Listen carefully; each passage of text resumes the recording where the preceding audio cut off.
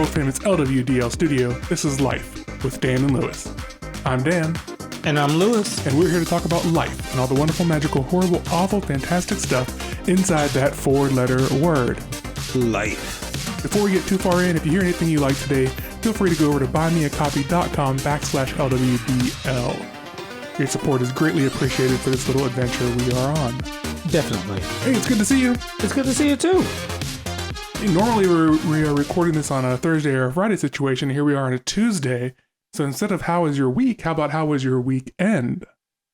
My weekend was busy. Ooh. Busy because it was, we were celebrating my mother's birthday. Oh, very nice. I had one sister come in from New York, the other sister come in from the Woodlands in Houston, Texas. And we had family come in from Louisiana and, my family here, which includes my fiance and two kids. And, we all got together and then I take that back. We have another family member, my cousin who lives here too. We did breakfast. Then, along with Alicia, my sisters, and my mom, they went to get manicures and pedicures. Mm-hmm. I did not attend that. I took the kids and I went home. Oh. Because I'm not about to sit there. Right. And then... I don't know, you might find out you like it. I mean, I would if it was just Alicia and I. Right. But like when it's with my sisters and my mom, I'm like, okay. You women go have your thing. I'll just take the kids and go home. Okay. Then we had dinner, which was a big surprise from my mom because the only thing my sisters told my mom was we're going to have dinner. But she didn't tell anybody else, like the other family members were going to be there. Oh, okay. So when she gets there, I meet her outside. I'm like, Mom, close your eyes. I'm going to walk you inside. Okay. And Crystal, which is my second oldest sister. Right. Which is like, Brandon has a gift for you. So like, close your eyes. So she agreed and she closed her eyes. I walked her to the head of the table. And then I was like, all right, on the count of three, you got to open your eyes. 1, 2, 3. And everybody yelled, surprise. And then she... it took her a moment to gasp, like she sees her sisters, her nieces, and everybody there. It took her a moment to gasp to see like, oh wow, like, people from Louisiana are here, right. And then she started crying, hugging her sisters and then her nieces. And it was just a great event. That's and, nice. Yeah. Like my sisters and I, our ultimate goal was to give her the best experience ever. Uh-huh. And we have accomplished and achieved that goal. And she still talks to this day, like every time I talk to her and I see her, she's like, thank you so much. I had the best birthday ever. Nice. So that was my weekend. It was busy, hectic busy, but at the really fun too. At the end of the day, I have to say mission accomplished. Yeah. Yeah. So how was your weekend? It was good. Busy in a completely different way. Busy just, cleaning up the house. My mother and aunt are coming to visit for a week here. Nice. Tomorrow they get here. Yeah.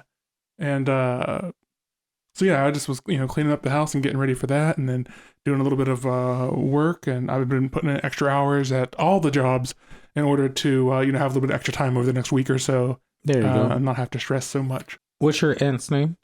Cindy. So we'll go Mama Brewer and Aunt Cindy. There you go. Every time I see Mama Brewer, I'm always like, there just giving her this big hug. And people are looking at me like, you know her? I'm like, yeah, that's Mama Brewer. What's wrong with you? I was like, everybody knows Mama Brewer. That's right. And now I have Aunt Cindy to greet with a big wide open arms and give her the welcome to Texas with the Booker big gracious tight hug and everything. So there we go. I'm sure they'll both appreciate that. Definitely. Yeah, we'll have the whole gang over here Sunday for a little barbecue. Yeah, I'm looking forward to it. I'm definitely looking forward to Alicia's making the deviled eggs with bacon. Ooh, yeah. And I will be bringing some. I haven't decided yet. I was at HEB today, and I'm still leaning towards spending about $20 to $30 and buying white flesh peaches. Okay. To grill on the grill. Mm-hmm. I have brown sugar at home, which we can sprinkle over top. But I'm more inclined to do the white flesh peaches because I've heard from people who bought them this year that they're very juicy and very sweet. So I think they'll go great on the grill. Yeah. I might do a mixture, do some white flesh and then some regular and just go from there. Sure. Yeah. Sounds good. I'm excited for that. Me too. Yeah, so that was really my weekend, just getting ready around the house. And then I did get around to golf in Sunday. Oh, okay. Which was good. It was fun. Very hot, very humid. Yeah, I can attest to that. It was. I think we'll take a week off here from golf while the folks are in town, and Yeah, just spend time with family. That's more important than everything. When it after that, if it's still this hot, it might be a couple weeks off from golf just to let things cool down a little bit and just we last weekend was our last weekend in August. Mm-hmm. We're going into September, so hopefully within the next couple of weeks things should start cooling down and the average temp should be somewhere in the mid 80s. Yeah. It was actually felt pretty good today. I was walking into my car. It was on the verge of raining, but there was like a nice crisp cool breeze in the air, and it just felt so good. Yeah, the breeze was definitely cool today in between the little rain showers we had. Yeah. It's kind of nice. I'm definitely looking forward to the cooler temps, because at that point in time, I shut off my AC. I opened up in my old apartment, I had a sliding glass door. In this apartment, I have an actual door to my balcony, which I will not leave open, but I still have plenty of windows I can open. I wonder if you shouldn't get one of those like cheap screens that you could like Velcro up around the edge, so you could leave it open then. That might be something I look into. Yeah. I think that'll be good. Not like a full-on screen door, but just something you can put up. Yeah, something just on the edges. And, when it's nice out or whatever, and you want to get a little fresh air. Yeah, definitely. Just a thought. I may look into that and just go from there. This is, ultimately, I love to live on third floor balconies or top floor balconies of an apartment, but this is going to be my last time leasing an apartment because my fiance and I are looking forward to buying a house next coming up next year before our lease ends. So, it's just, which is not a bad thing because we can still open up the windows, let the fresh air come in and stuff like that. So it's definitely going to be different, but it's definitely going to be a better investment and a better blessing for my family and I. Right. Financially, it makes more sense for someone in your season of life to be putting money every month into something that you're earning equity on instead of having to throw it away. I totally agree. For different people, it doesn't make sense. If you don't want any of the maintenance things, you move around a lot, you travel a lot, it might make more sense to rent something. Yeah, but exactly. I'm a huge advocate of home ownership solely from an equity standpoint, let alone all the other benefits that you get. There are some downsides too, maintenance and insurance and all that kind of stuff. But, there's a lot of benefit too. Yeah, and if your thing is buying a condo and then, you get maintenance with that, like, by all means, whatever it is, just stop renting. Own over rent. Owning. Mm-hmm. Yeah, because, overall, like, you look at the housing market that just happened, people, like my deputy bought his house years ago. It was $153,000 house. And right now, his neighbor 3 doors down sold their house for $315,000. Right.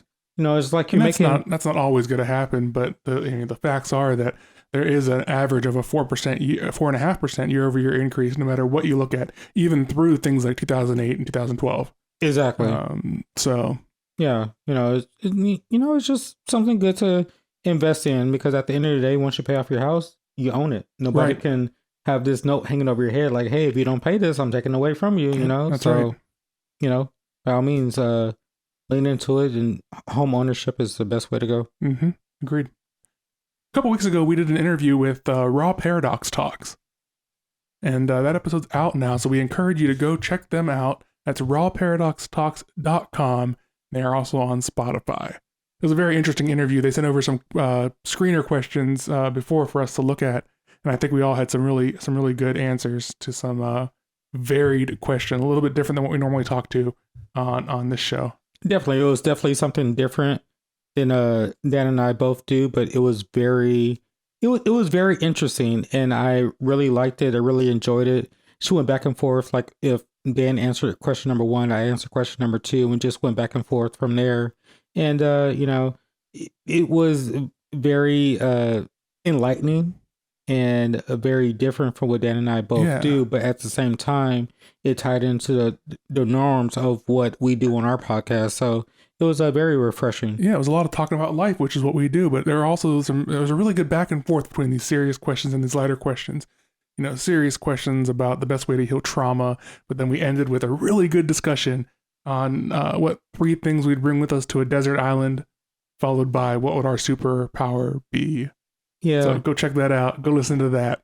I'm sorry if I don't think you should be sorry because I think you said what most people were thinking, and we're not going to give it away.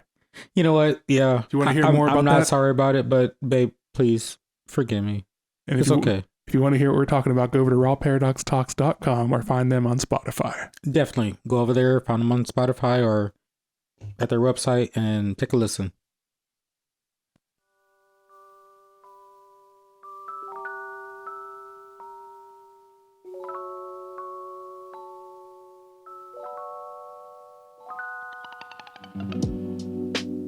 We have a couple friends we'd like you to check out. The first one is Remoting Blog.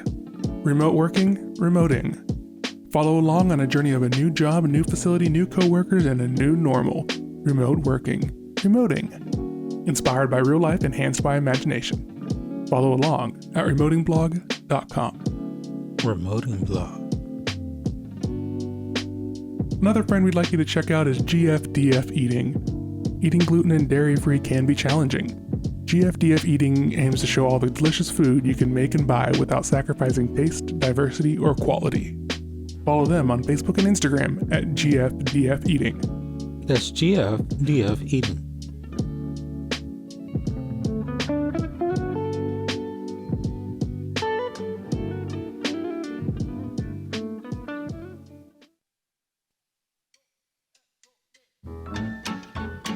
We'd like to hear from you.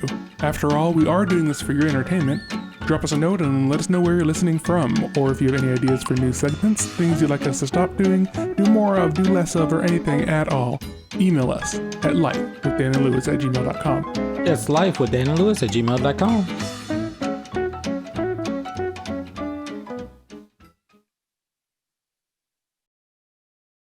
Our guest today is Mark Merriwether Vorderbruggen.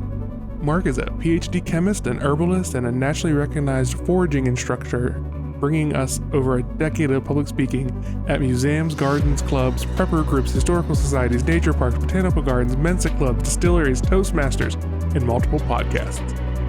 Mark's here to talk about foraging, herbal medicine, ethnobotany, and why our ancient caveman bodies have such difficulties in the modern world. Please enjoy our interview with Mark Merriwether Vorderbruggen.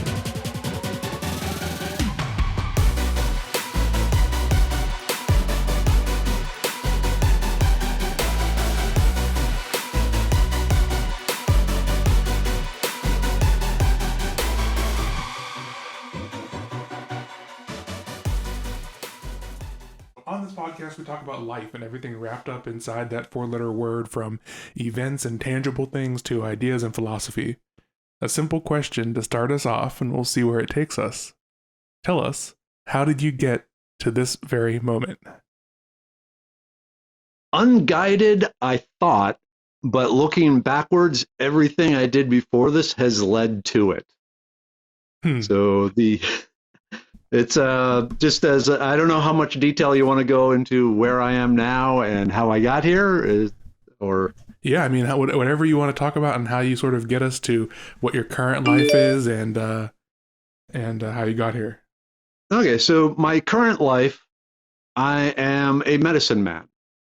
I use nature's plants and mushrooms, and not just the plants and mushrooms, but nature itself, to help people readapt themselves to the world.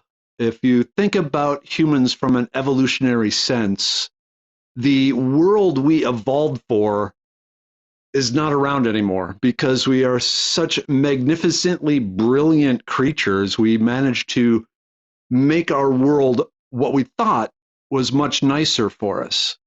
But in doing so, we lost some of the things that help keep us healthy. And if you think about it, we have all these gyms out there that people are going to lift weights and to run and to do all these stretchings and so forth, because they realize they have to do that to be healthy. But until about 100 years ago, our very lifestyle filled that need. But not just the movements, but the foods and the medicine, or the foods. There was very little difference between food and medicine. But if you go backwards, let's just say to my high school year. If you read my high school yearbook, each senior has their life goal, and mine was to become a pharmaceutical scientist and figure how to slow down the aging process. And so I ended up getting a master's in medicinal chemistry, a Ph.D. in physical organic chemistry, to become a traditional, and when I say traditional, I mean Western science type pharmaceutical scientist. Life had different plans for me. I fell in love with a wonderful woman. We ended up moving to Houston, Texas, because that had the highest concentration of computers, which is what she does, and chemistry, which was what I did. And instead of going into the pharmaceutical industry, I ended up working for the petroleum industry. But my specialty was natural products and biomimicry. So if you think about it, nature has been solving problems for 4 billion years. Right. And so it's figured out easy ways of doing a lot of stuff. And humans, we have only a vague grasp of that. So I really focused on finding the natural products that would fit the bill to accomplish what we were trying to do in the oil industry, whether it makes cement stronger or protect equipment or have a more friendly, I'll say it, more friendly frac fluids and things like that. And so by replacing all sorts of weird synthetic man-made molecules that weren't necessarily the best for the environment, but were effective with plants and, like I said, biomimicry of nature, coming up with things that work just as well and were, basically food. My first patent was using cinnamon as a corrosion inhibitor for oil field equipment to protect it from, especially from different sort of acidic corrosion and really extremely corrosive environments. And then my last ones was actually with sand, wrapping sand in self-assembling oyster shell material that would basically turn the sand into little round pearls, but by making them with this coating, it made the strength of the sand significantly higher, and the sand itself, less fragile, so it didn't break apart and cause dust that leads to the silicosis. And so that became very popular, not just in the oil industry, but for wherever there's sand being used. Right. So just stuff like that. But then in 2016, let me a little more on the oil industry. They recognized my ability to work with the natural products and make effective, cost-effective products with that. And so they actually basically gave me free rein to just play around. They gave me some different problems and say, okay, Mark, what can you come up with that might help with this and this and this and this? And so I had a lot more free rein than most of the other scientists in the companies that I was working at. But in 2016, there was the crash in the oil business. Gas dropped down. A gallon of gas was under $1 here in Texas. And everyone got laid off. I was one of the last scientists to be laid off, but I got laid off and was immediately picked up by a consumer goods company, and they wanted me to do the same thing. They did things like paint strippers and different construction chemicals, caulk and adhesives and adhesive removers and this sort of thing. And again, a lot of those were quite toxic and flammable. And so they wanted things that were safe, that could be used indoors in an unventilated room, because no one ever reads the instructions on these. And so they were constantly getting in trouble with people who would take a traditional paint stripper and try and strip paint in their bathroom with the doors closed, windows closed, and vent fan off, and then suffer brain damage. So it's like, can you come up with something that will work? And I did.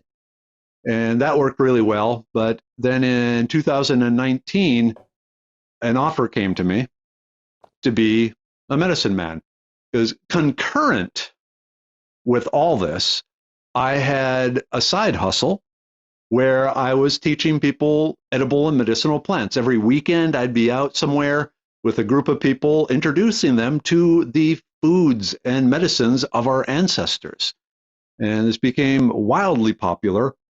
Just as a funny story, for a long time, I kept that hidden from the oil business because I just didn't want them to know. But then NPR did an interview of me, and the next day I showed up at work and a bunch of weeds had been taped to my office door. and then I got notice I got picked for random drug testing. Of course. And Wow. it came back, and it was fine, there's nothing there. But then soon after is when they really started, throwing all these challenges and said, okay, what can you do with this? Can you get natural products for that? And away I went. So it worked out well. Doing the same thing in the consumer goods, but then, like I said, in the 2019, right in January, I was approached by two guys, and one has a lot of money, the other has an extreme amount of business skill, and they said, we want to start up a medicinal plant company. Would you be the medicine man for it? Because by then I've written books, I've articles, podcasts, TV, everything. Hundreds of hours of YouTube video, all this stuff going on. And it's like, yeah, I want to do that. I'll join this startup. No health insurance, but I still got fast reflexes. That should not be a problem. And let's do what I had always planned on doing. And it's been awesome. But what's great about the Medicine Man Plant Co. is our products are just a hook to lure you in to come and talk to me. And I start pointing out, well, have you considered walking around on uneven ground? Or, hey, here's an idea. Trust me with this. It's going to sound wacky, but how much time do you spend every week throwing things at stuff? Things like that. Caveman activities. Mm-hmm. Do you take cold showers? Do you take hot showers? Things that slowly try and bring people, work, caveman activities back in real life, like throwing things. A few months ago, I was on a podcast, the Women's Cornhole League. And maybe not every viewer knows what cornhole is, but it's very popular here in Texas. So you guys obviously know. You have two pieces of plywood with a hole about 5 inches across in it, about 50 feet apart, and you have two teams, and you're trying to throw a beanbag through this tiny hole. And this is very popular, and it's become a national league.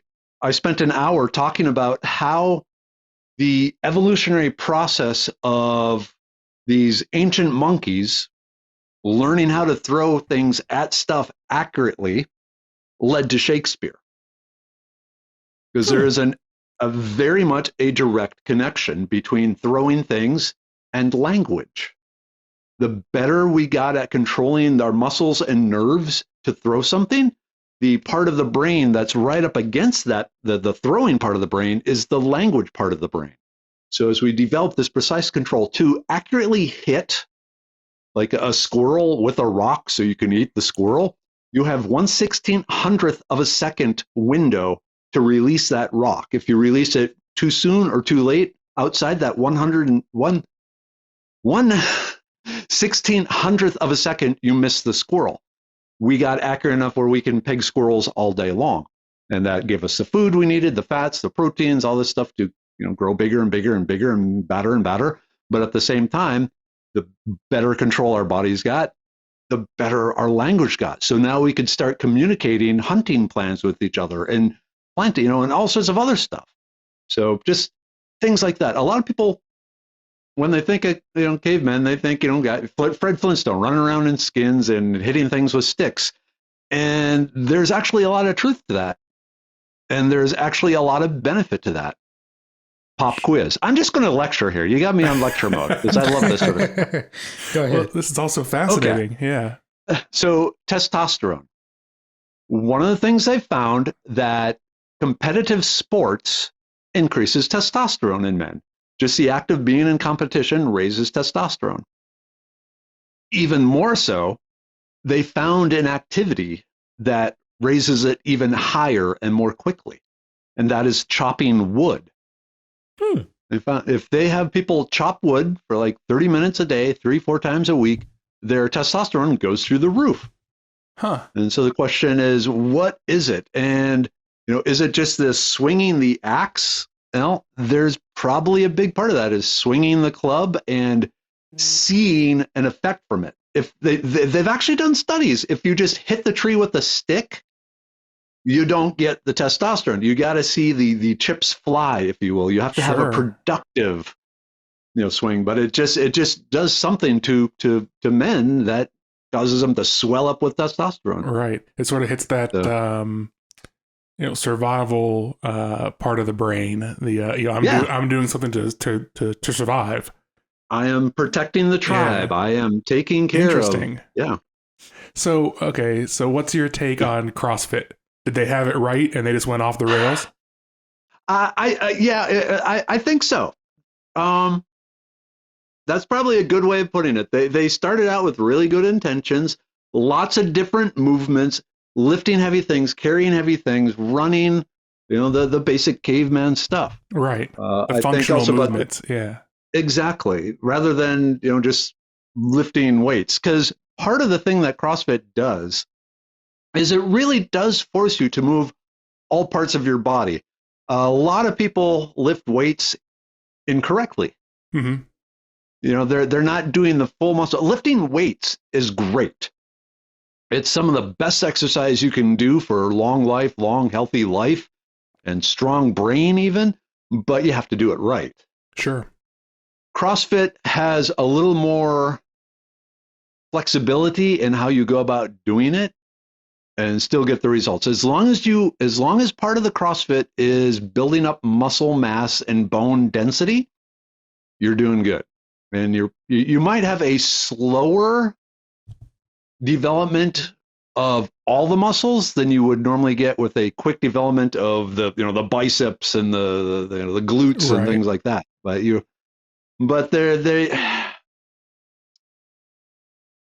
I'm trying to figure out how best to phrase this without getting into trouble. Mm-hmm.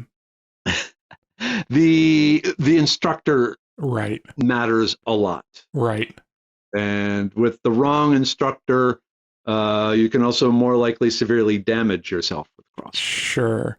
And perhaps, and especially if you start too strong or you don't do the stretching beforehand. So it's often struck me as interesting, or perhaps a fallacy in the CrossFit program, that the instructors are often the business owner. So you're sort of incentivized differently. And perhaps that's not the best way to drive the, functional workout mentality. Anyways, we're getting way down a dangerous path. Hey, so in one of your messages, you talked about floors being flat and what we might have lost. I've been thinking about that, and I can't get to where you're at on that. So explain that.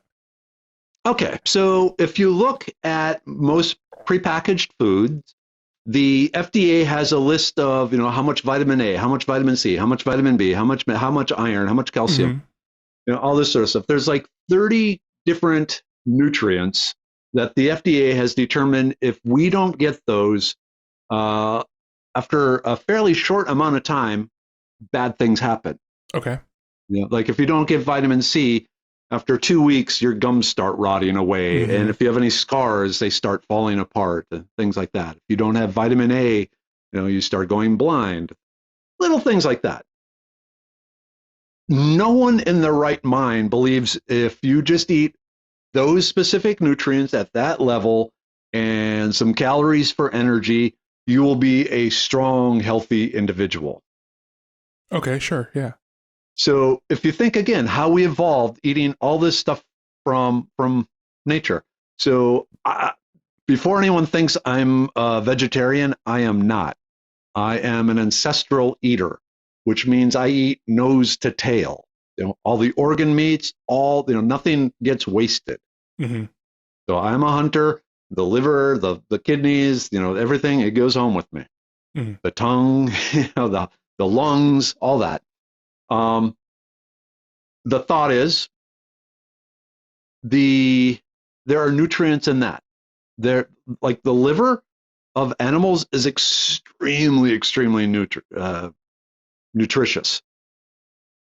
We know if we don't get those 30-some compounds over the course of as little as a month, we end up in really terrible health. But it's tricked people into thinking that's all they need. But we evolved to eat this huge variety of foods in season, animals and plants, and leaves and berries and nuts and fruit and roots and flowers and all this sort of thing, and getting all these other compounds in us. If you think about cancer, one of the big causes of cancer is what's called free radicals. Free radicals are highly reactive molecules that your body can produce naturally under stressful situations or other damaging situations, or they are created by different environmental toxins. To prevent the damage from these free radicals, they tell you need to eat foods high in antioxidants.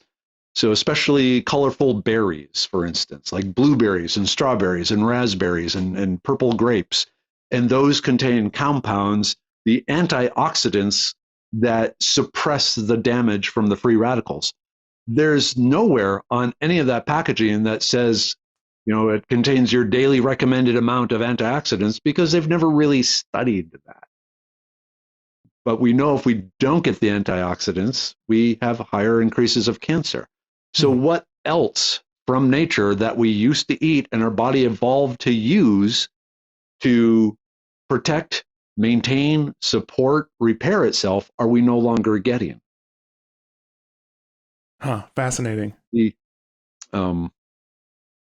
So it's just life is lazy. If you look at the biochemistry of life, if they don't have to, or they try and minimize the energy it takes to do any particular chemical reaction in the body. Let's talk about vitamin C for a second, because we all know we need vitamin C every day because the body can't make vitamin C. We cannot store vitamin C, so we need it every day. Vitamin C does all sorts of different things in the body. It is the glue that holds cells together. It is an electron transfer device to help energize and run, for lack of a better term, the electrical reactions in our body, and many, many more things. We lost the ability to make vitamin C. A lot of other primates still do it. Most other mammals still make it. We don't make vitamin C. There was some weird mutation that occurred way back somewhere where humans stopped making vitamin C. Mm-hmm. But it's so plentiful in nature that our body didn't need it. And in fact, the energy and the resources that would have gone to making vitamin C could now be spent somewhere else. Right. And where these things end, where the energy got spent actually made those humans stronger, more vigorous, more fit for their environment. Evolution, survival of the fittest. The losing the vitamin C actually helped us because we could get it from nature. Right. Our appendix, we have this vestigial organ because it's no longer necessary for what our ancient monkey ancestors were eating compared to what we're eating now, like the ability to cook food. So things like that. What other molecules did we lose the ability to make because in our diets it was so prevalent that losing that ability did not hurt us, and it actually helped us. Right. So that's what I'm trying to get at. My basic rule of thumb, if you want to sum it all down, is the fewer machines that touch your food, the healthier it's probably going to be for you. Right. Totally agree. Because it's, it doesn't even have to be, wild stuff. It could be stuff from a garden, but the more processing and artificial preservatives and colors and packaging and all this stuff, you're just, every step of the way, you're losing stuff from it. Right. Another example comes to mind, and that's the fish oil example. So, we see that these people in Scandinavia are eating a lot more fish and therefore having more fish oil in their diet, omega-3s and omega-6s. And we say, okay, they're healthier, so it must be the fish oil. So let's render down a big vat of fish, turn it into a pill, and then start taking a pill. Exactly. There might be something different here because the trade-off is they're eating more fish and they're not eating more insert whatever other food that we're eating instead here. Yep. Exactly. I'm going to steal that example. Go for it. Thank you. But that's what I'm trying to push in. And again, not just the foods, but the movements, the throwing things at stuff, the walking on uneven ground. Mm-hmm. If you will indulge me for a minute, I will talk about that. Yeah. So Japan, if you look at the Japanese demographics, their population pyramid is inverted. They have a ton of old people, right, and very few young people. This is something they saw 30 years ago. It was already starting. They already saw this was going to be a problem. So one of the things, well, they started all sorts of research to say, what can we do to maintain the health of people as they get older so that they're not a drain on the resources of the few young people we still have? Mm-hmm, mm-hmm. And one of the big findings they had was the more time someone spends walking around on uneven surfaces, the healthier they are, both mentally and physically, in older age. Huh. So when you're walking on a slippery, rock-strewn, trippy roots, one of these things, that's what we evolved to walk in, to walk through nature. Nature doesn't have flat sidewalks.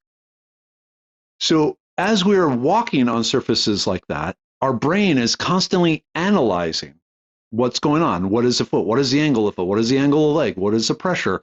Is it moving? Is it slipping? Is it sliding? All this sort of stuff. And so the brain has to do a whole lot more extra work to keep the body upright and walking across this uneven surface. That is mental exercise for the brain, and that is what the brain evolved to do. So you're giving it it's like CrossFit for the brain is what it comes down to.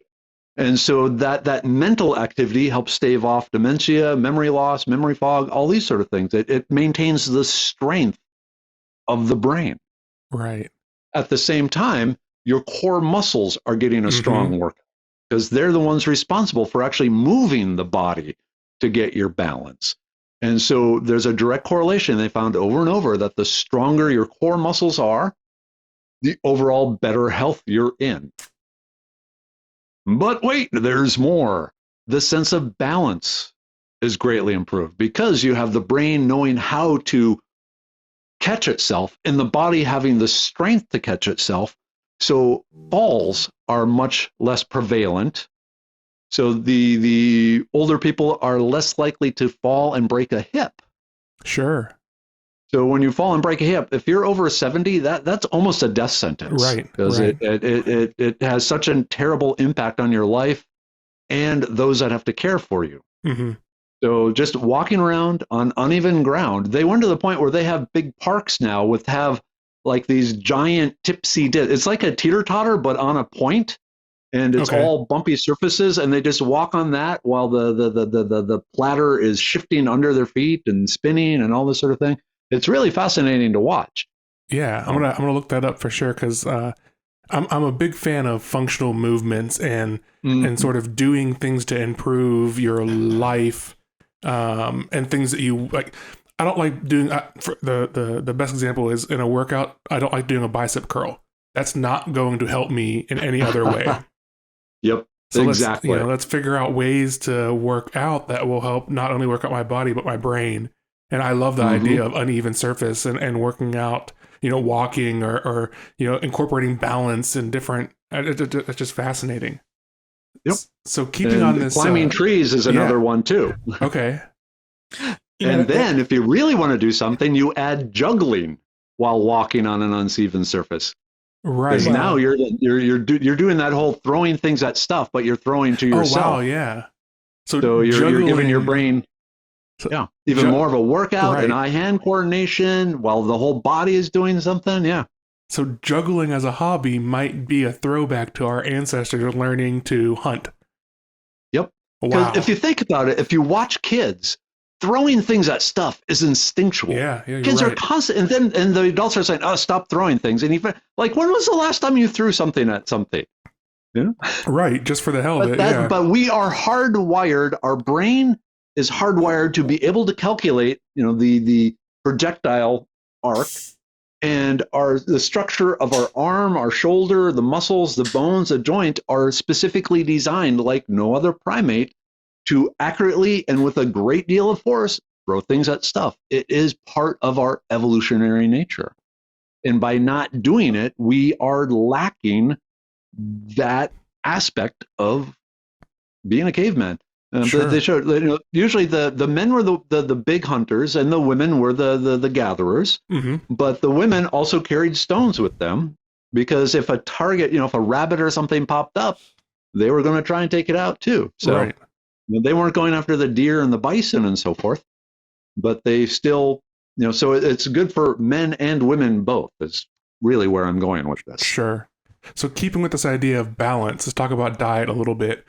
And I think people get too focused on living a certain diet, vegetarian or pescatarian or over pescatarian or, gluten-free, with the caveat if you're celiac, that's sort of a different catch there.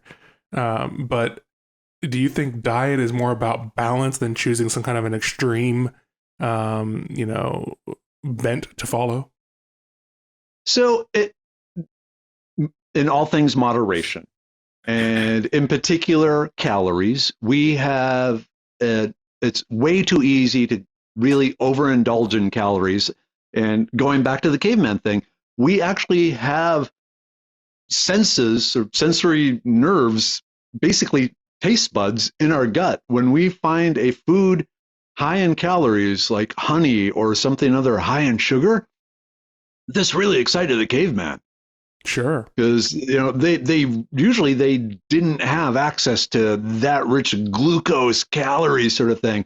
And so we evolved to actually, if we encounter them, to try and eat as much of it as we can so we can store it away for times of famine. So when that package of Girl Scout cookie opens up and you're going, I'm only going to take 2, and suddenly the whole row is gone, it's because the caveman part of your brain took over and said, oh my gosh, this, we need this, eat all of this, because we don't know when you're going to get it again. Interesting. And so you're fighting that. So all these diets, if you look at their fundamental nature, it's calorie restriction. Okay. So it's different methods and different other side foods and so forth, but all of them, one of the key things is calorie restriction. What it really boils down to is whatever works for you to reduce the amount of calories, the better off you're going to be. Because our body, it takes glucose, it takes sugar, and if we have extra around, it converts it into fat, which stores in our body. Like if you're eating animal fats, the body doesn't store animal fats. It uses it for energy, but then what it doesn't use, it pretty much just excretes out. Sure. Because it doesn't, like if, let's just say, if you're fat, you didn't get fat from eating a lot of fatty bacon. Right. It's the other sugars that you're taking in that your body converted into fat that it can store. Right. So, what's your take on the keto diet?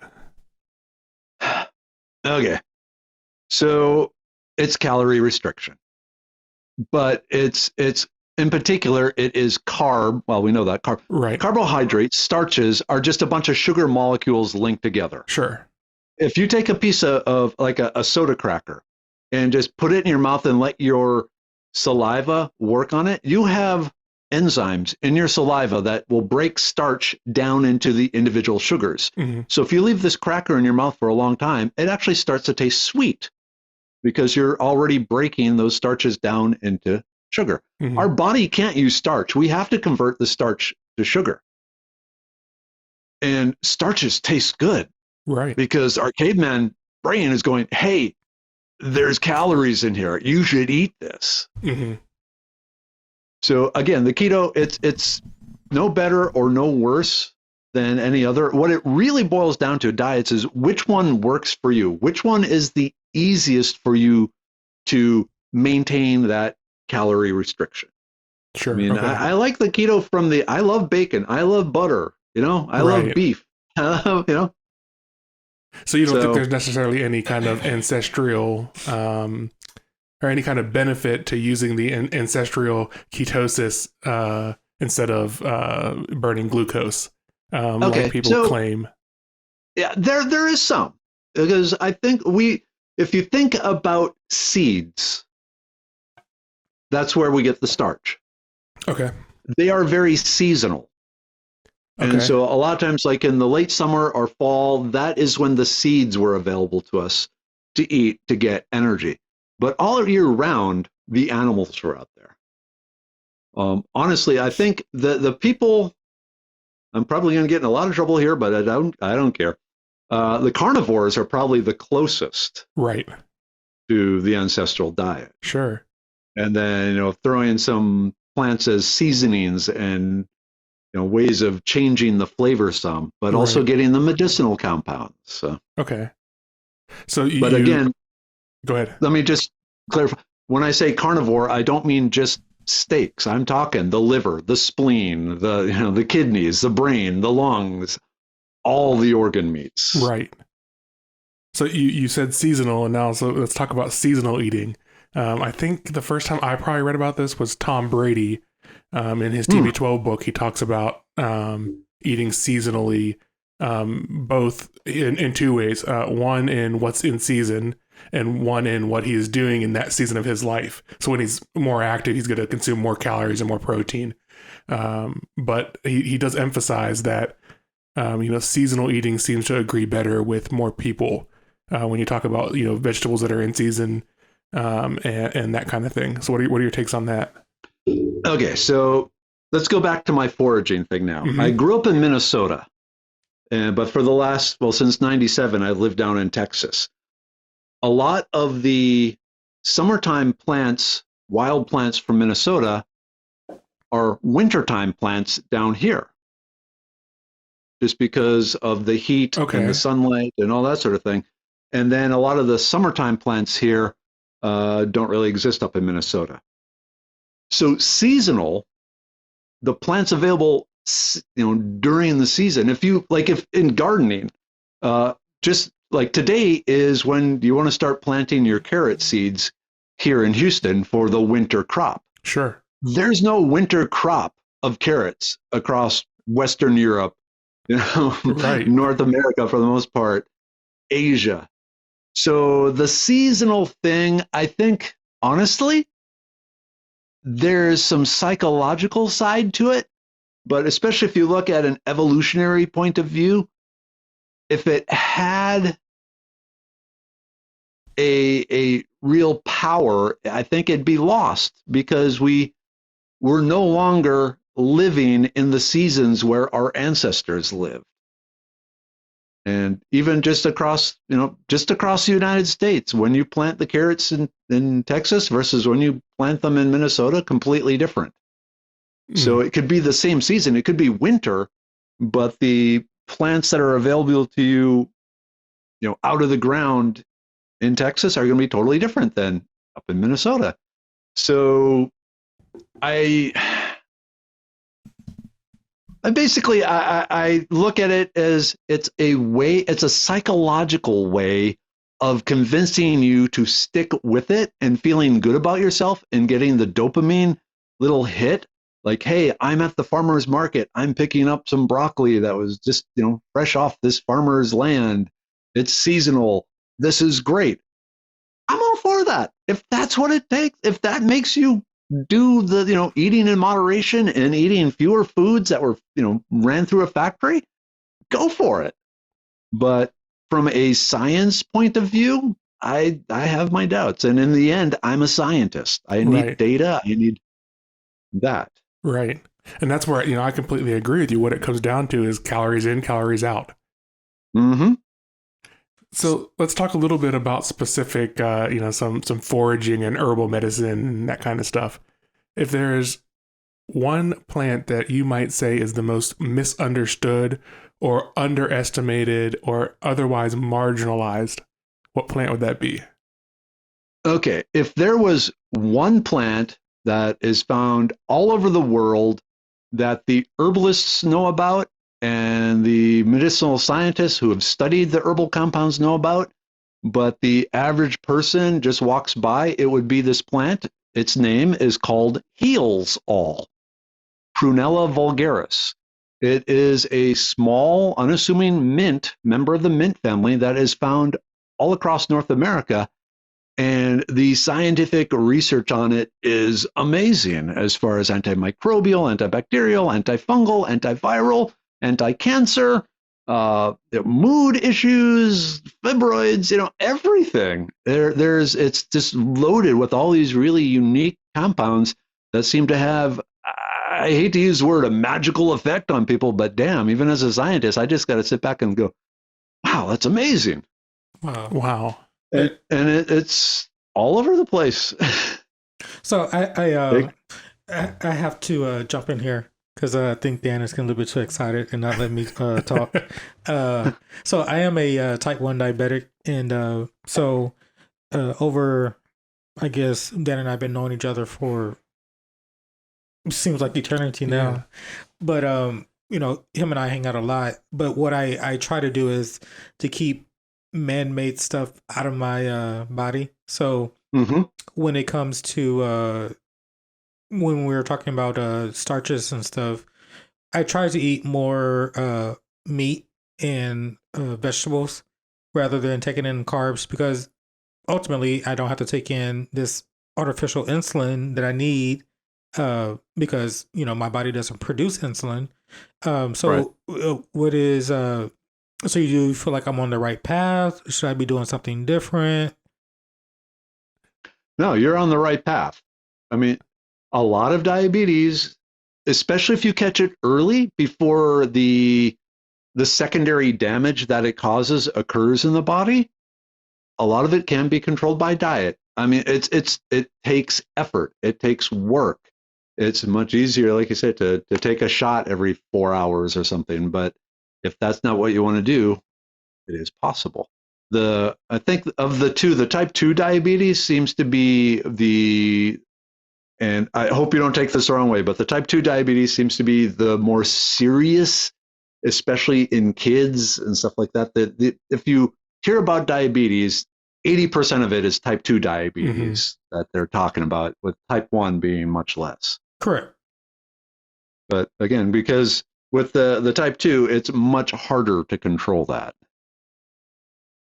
But yeah, and along those lines, I will be perfectly frank. I have not spent much time studying like different type 1 diet and herbs and stuff like that, because it hasn't been a big enough issue in my tribe, basically. So, yeah, Sure. because with type 2 is basically people who just choose to eat the wrong things and their body needs a little bit of extra help. And I find it almost in reverse, to where like if I have to choose, like, do I want type 1 or type 2? In my younger days, I would say I want type 2, because type 2 is like, if you just change certain things, then your body can just go back to normal, and you want to have this extra help to keep your body in check. Whereas a type 1, to where the pancreas doesn't work at all and the body doesn't produce insulin, then you have to take this artificial thing. But at the same time, as I've gotten older, I switched it, because where I am, where my body doesn't produce insulin, I can do things to, make it to where I don't have to take insulin at all. Or if I do, just a very small amount, because I choose to eat like my carbs earlier in the day, and I choose to eat more meat and vegetables later in the day. So that way, when I go to sleep at night, I don't have these, the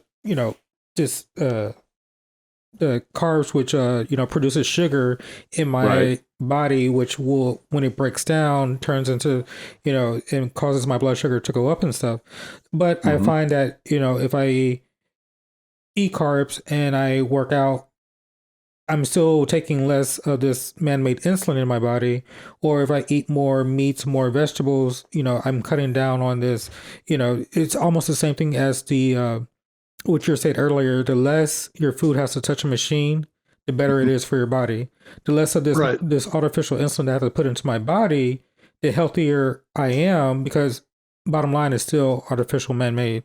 Even though it's supposed to be something there to help me, it's still not naturally my body producing it. So that's the way I typically control my type 1 diabetes is, you control your carb intake and your sugar intake, and your starches, Hmm. and then ultimately it'll be less of the sugar or the insulin that I have to take in from my body. Right. Yeah, because all those are sources of sugar. Yeah. And sugar, we love sugar for fast, immediate energy. It's great. And like I said, then the body normally would store it away. Of course, with insulin, it doesn't. So it just keeps hanging out in the blood, making the blood thick, making it viscous, leading to heart issues, leading to everything else. Yeah, fortunately for me, But when I became a diabetic, I was 5. This ooh, November, I'll be 36. So 30 years of my life, 31 years of my life, I've been a diabetic. But I think, matter of fact, Dan and I were, no, I was talking to my fiance last Sunday. I was like, when I was diagnosed with diabetes 30, 31 years ago, the amount of I guess, for lack of a better word, technology or mhm, information that would help somebody control their diabetes was very slim to none as compared to in today's world. And, you know, when I was first diagnosed with diabetic, I was 5 years old, and, you know, candy was something of a go-to thing. And it's like, one day you tell, oh yeah, you can have some candy, and the next day you're like, oh no, you can't have candy. Like, what do you do? And then right. now, as a 35, 36 year old, uh if I crave something sweet, I choose to find something natural that I can take. My go-to thing is frozen grapes. I take grapes, put them in the Ah, freezer, and that's my go-to thing when I want cool. to curve that. That caveman sugar crave. Yeah. Yeah, there you go. And so, or I'll find natural fruits, or because my favorite are grapes, and then I like apples and watermelon and things like Mm, that. hmm. So I just use the natural sweeteners that are in the fruits and just use that to curve that when I'm looking for a cookie or a slice of cake or some Right. candy or something like that. So I mean, Dan and I had multiple conversations. Being a type 1 diabetic, you control it. You don't allow it to control your life. There's a lot of different things that you can do in order to live a pretty much normal, everyday, healthy life. You don't have to. And when I come across people who recently, when I say recently, it's probably within, 5 years of being a diabetic, Hmm. I always try to encourage someone like, look, I understand this may be something life changing for you, but you don't have to allow it to control your life. You control it. You Right. factor in how you're going to use this in your everyday life. And, it may seem so big, but let's cut it down and make it just like a little small fraction of your life, of your everyday life. Because, I mean, the more you make this thing seem like it's a big giant, the more it's going to consume and, overtake your life. And then, you're going to be like, well, I can't eat this. I can't eat that. What can I eat? It's all Right. manageable with, you know, meats and plant-based stuff rather than taking Hmm. in, the sugars. Right. Well, and I was going to, when you mentioned watermelon, watermelon is a great choice because it is so filled with water, but it also has a diuretic property. So even the sugar that it does have won't build up in your blood very quickly. It will get flushed out by the kidneys. True. So, yeah. Plus, I'm a watermelon fanatic, especially with a little salt. Oh yeah. Especially on since you live in Houston, on a nice humid summer day. Mm-hmm. Hmm. Yep. Maybe some lemonade, but more tart. Actually, I like sumac-ade, but that's a wild plant. Mm. So, what are some other examples of things growing all around us that we don't know have use? Okay, so another great one is prickly pear cactus. When people think of the prickly pear cactus, they think it's like a southwestern sort of plant. But if you read the journals of Lewis and Clark and the Great Expedition, when they went from Missouri to the Pacific Ocean, one of their biggest complaints is there were prickly pear cactus the whole way, and stepping on them caused all sorts of damage to feet. It was one of their biggest complaints. Basically, mosquitoes and prickly pear cactus. Wow. So, one of the things I love revealing to people is the medicinal benefits of prickly pear cactus. So I'm going to do it the same way I do in classes. So when a pharmaceutical scientist is looking for a new class of molecules for medicinal properties, one of the things they do is they will study a culture who has very specific foods and see if there's something in this culture, some sort of health issue that the people don't have or have at a lower, level. And then from that, they can figure out maybe there's something in the food. So researchers are doing that with the people in the American Southwest, because it was noticed a number of years ago that the incidences of tumor-type cancers was significantly lower in the American Southwest than anywhere else in North America. And what at first they thought, is there some genetic component to it? Sure. But they found pretty much anyone who moved into the American Southwest and lived there at least 10 years, their incidences of cancer dropped. Wow. A lot of research went into it. They finally tracked it down to prickly pear cactus. Both the pad and the fruit have compounds in it. They haven't zeroed in on the exact compounds, but there's something in it that greatly reduces, it doesn't completely prevent, but it greatly reduces the incidence of cancer. One of the studies I've read on it, the bladder cancer, a tumor in the bladder, they have a very high propensity to regrow after they've been surgically removed. And so a lot of times if you have the bladder tumor, you're put on different pharmaceutical, anti-cancer agents, but they have all sorts of other bad side effects. Sure. So one of the researchers said, well, okay, what happens if we take 100 of these people that recently had the surgery, 50 of them get placebo, and 50 get these capsules of freeze-dried prickly pear cactus. The test was supposed to go 3 years, but after 18 months, the researchers stopped it. They felt that it was immoral to keep it going because on the side getting the placebo, just the basically a capsule of straw, 30% of them already were showing signs of the beginnings of cancerous growth or regrowth, whereas no one in getting the actual prickly pear cactus had any signs of.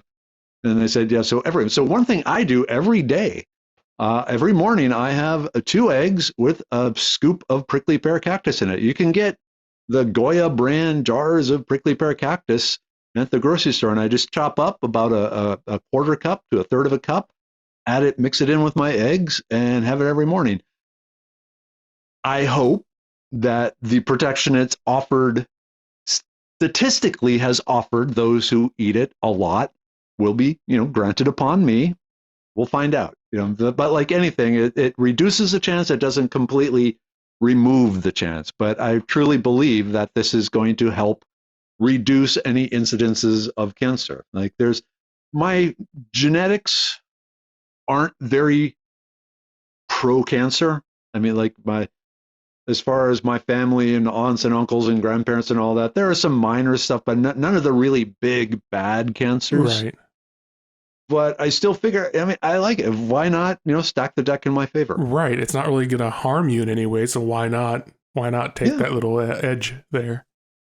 Exactly. Wow, how fascinating. And then, but along with the anti-cancer properties, slimy foods in general. So okra, prickly pear cactus, wild violets, things that have that mucilage. The chemical structure of that mucilage makes it really attractive to sugar.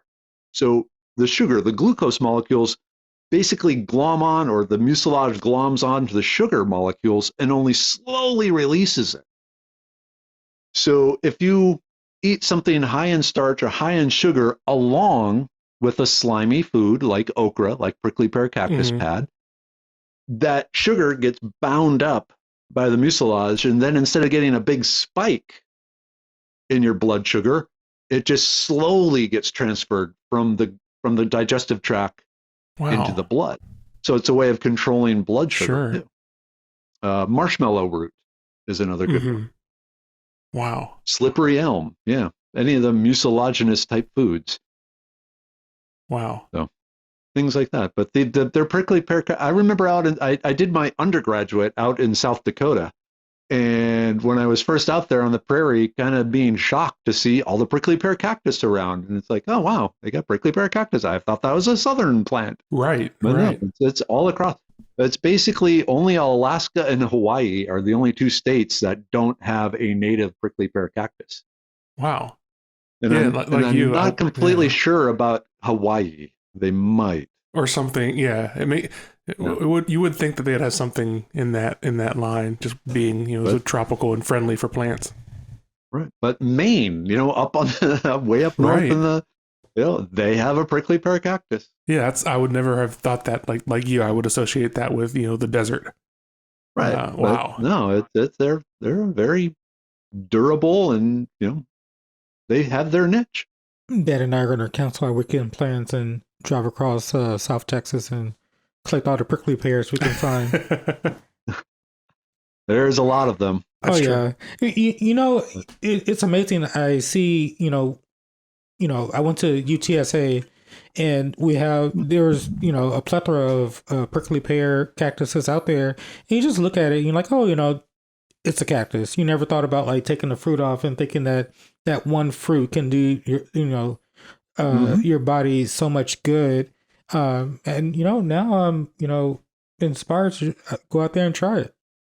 Yeah, I will say the pads you want to get early in the spring when the brand new fresh pads are coming out before the thorns have formed. So when they're soft and flexible and a bright, luscious green. Okay. The flowers that appear in late spring are also really good. They do have the mucilage in them, but I often describe them as kind of slimy spinach. Okay. So you can use the flowers wherever you would use spinach, raw or cooked. And then now we're just starting the tunas, the fruit period. Mm-hmm. And then even the seeds are edible of the prickly pear cactus too. They're best roasted, and then they'll be like boiled into a porridge or ground into a gluten-free flour. Okay. Or just nibbled on like roasted seeds. Sure. Wow. That's very interesting. This question just popped into my mind.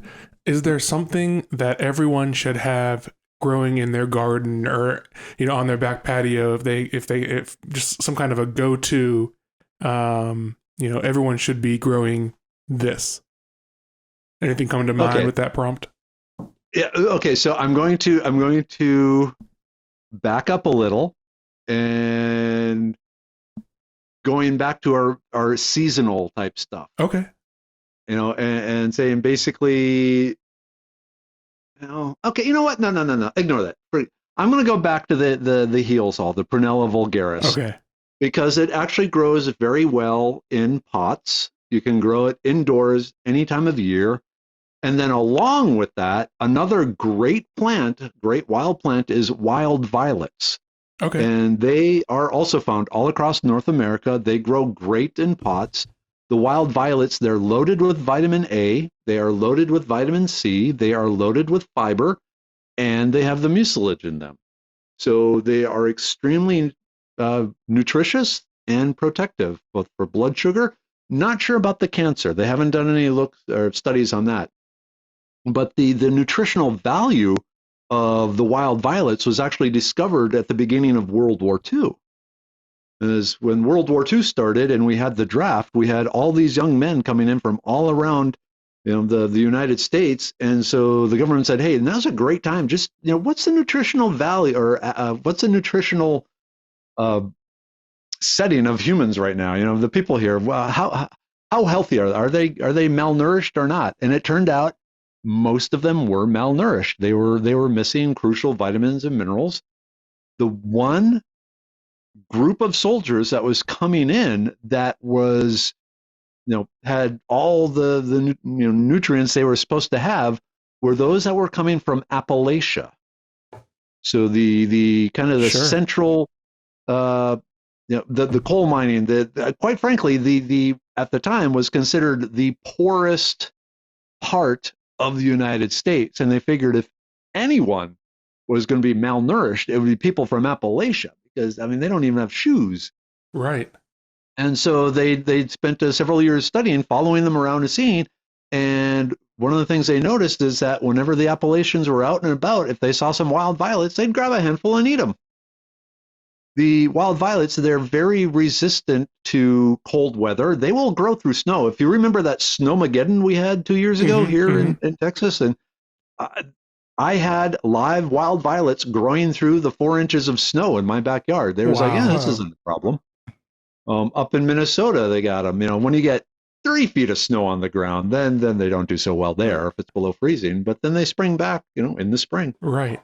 So Wow. But they just found that these are really nutritious. They make a beautiful ground cover. They, like here in Texas, during the summer, they retreat into the shady, damp woods.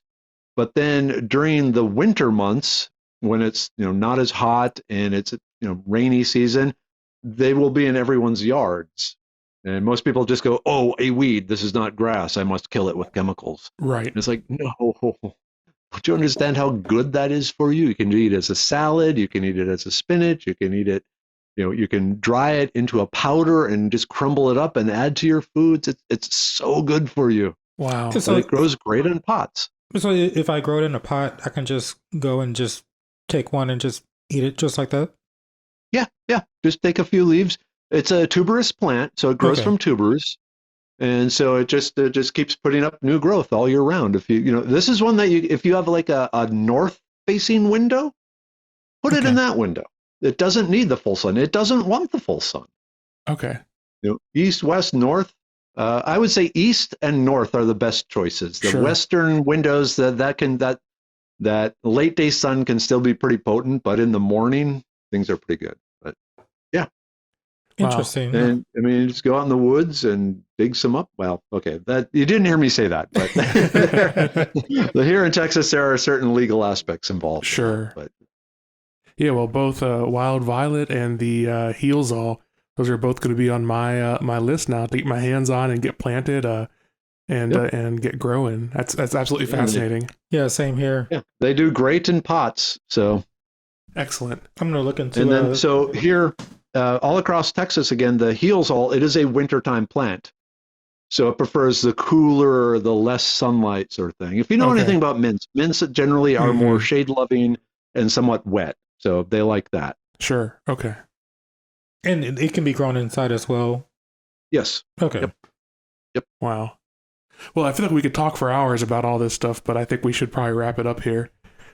Well, we'll save that for, since it's so informative and interesting, we can have a part 2. Yeah, we might need to do a part 2 someday. Yeah. I mean, we can. I'm open. We can try these plants and then the prickly pear. Yeah, maybe do your class and then give do it about, a follow-up. Yeah, give it about 6 months. We'll assess our bodies now and then try all this in 6 months, have you back on, and then we can tell you how we feel after using the healsall, prickly pear, and wild violet for 6 months, and how much of a difference it has made in our bodies. Mm-hmm. Sure. Yeah.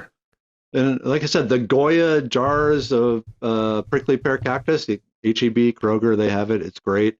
The healsall and the wild violets are probably a little difficult to get now, but in a few months, I'm trying to think, like up at the Wimbra, the Cibolo Center for Conservation. I know they have self-heal, but November is still a little early for it. I'll have to see how mine is. I just have it growing outside. I don't have it in pots. I have other things in pots around, so. Right. Well, yeah. There's only so much room. Sure. Yeah, well, I'll keep my eyes open, and like you said, maybe in the coming months, I'll be able to get my hands on some. Yeah, and check out nurseries. There's some good nurseries around San Antonio. Certainly. Look for native plant ones. Yeah. Right. And okay, so your website is medicinemanplantco.com. Correct. And that's where people can find some different supplements that you're creating. Okay. One last thing here. We don't consider them supplements. We consider them primaries. Okay. So I sell herbal primaries. These are things that were part of our ancestral diet that are no longer eaten. that going back to the very beginning, or bringing back the compounds that we evolved to use to maintain and support different parts of our body. So when you hear supplements, you think, it's secondary. Okay. But it's a primary. So it's something it's a mindset I'm trying to get people to really understand, that how critical these evolutionary ancestral plants and mushrooms are to our health. Right. Understood. So along with way more than a fish stick or spam. Right. So along with picking up their supply of primaries from your website, they can also see what classes you're teaching and where you're going to be located in the South Texas area. Yeah, actually all over. So not even just in Texas, but I also go out to Georgia. I go up to Minnesota. But yeah, basically, so right now I'm pretty much already booked up into December of 2023 because there's such a demand for this.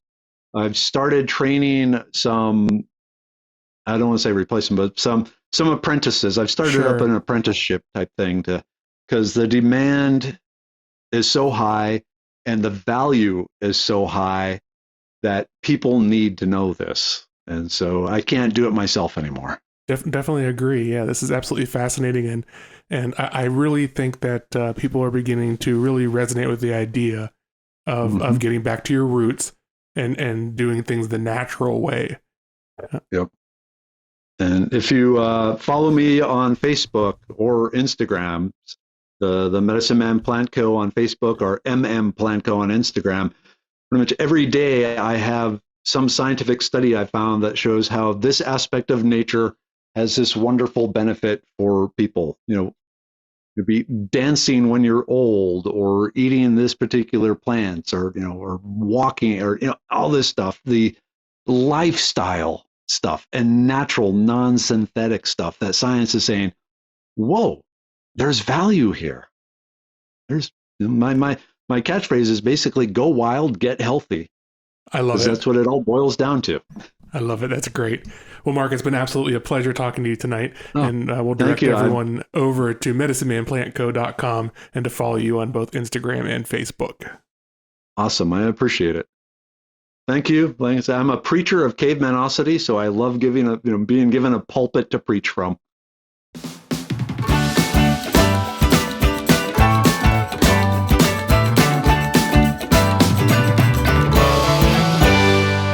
Chatting with Mark was really, really great. I can totally agree. I feel like we could have talked for hours and hours and still only known a fraction of what he has to say. Yeah, I was quiet in the beginning for the most part because I was just learning and listening to everything that he had to say. And I definitely agree. There was just so much information, so much there that we could have just went hours on hours on hours in and just, keep learning and hearing different things that he had to tell us. And, I want to know more about these plants that he was telling us that we should try, the wild violet and the hillsall plant, and then the prickly pear. Right. It's those are things that I actually talked to my family about, and Yeah, and I truly am excited to go up and see his class at the Cibolo Conservation Center. Me too. I meant to look into it today, and I'm going to put on my to-do list tomorrow and see if we have to buy tickets or what we have to do. But I really am excited to go on a nature walk with him, where he can point out different things and tell us about what's growing right around us. I think it's just fascinating. Exactly, and I like I said during the interview, that you and I will probably be the ones that will come up. And, if we can get our family and friends to come along with us, that'll be, a great thing also. Yeah. So I know we said it during the interview, but I want to say it again here. Go check Mark out at medicinemanplantco.com, Plant Co. on Insta, and Medicine Man Plant Co. on Facebook. Definitely. Go check them out.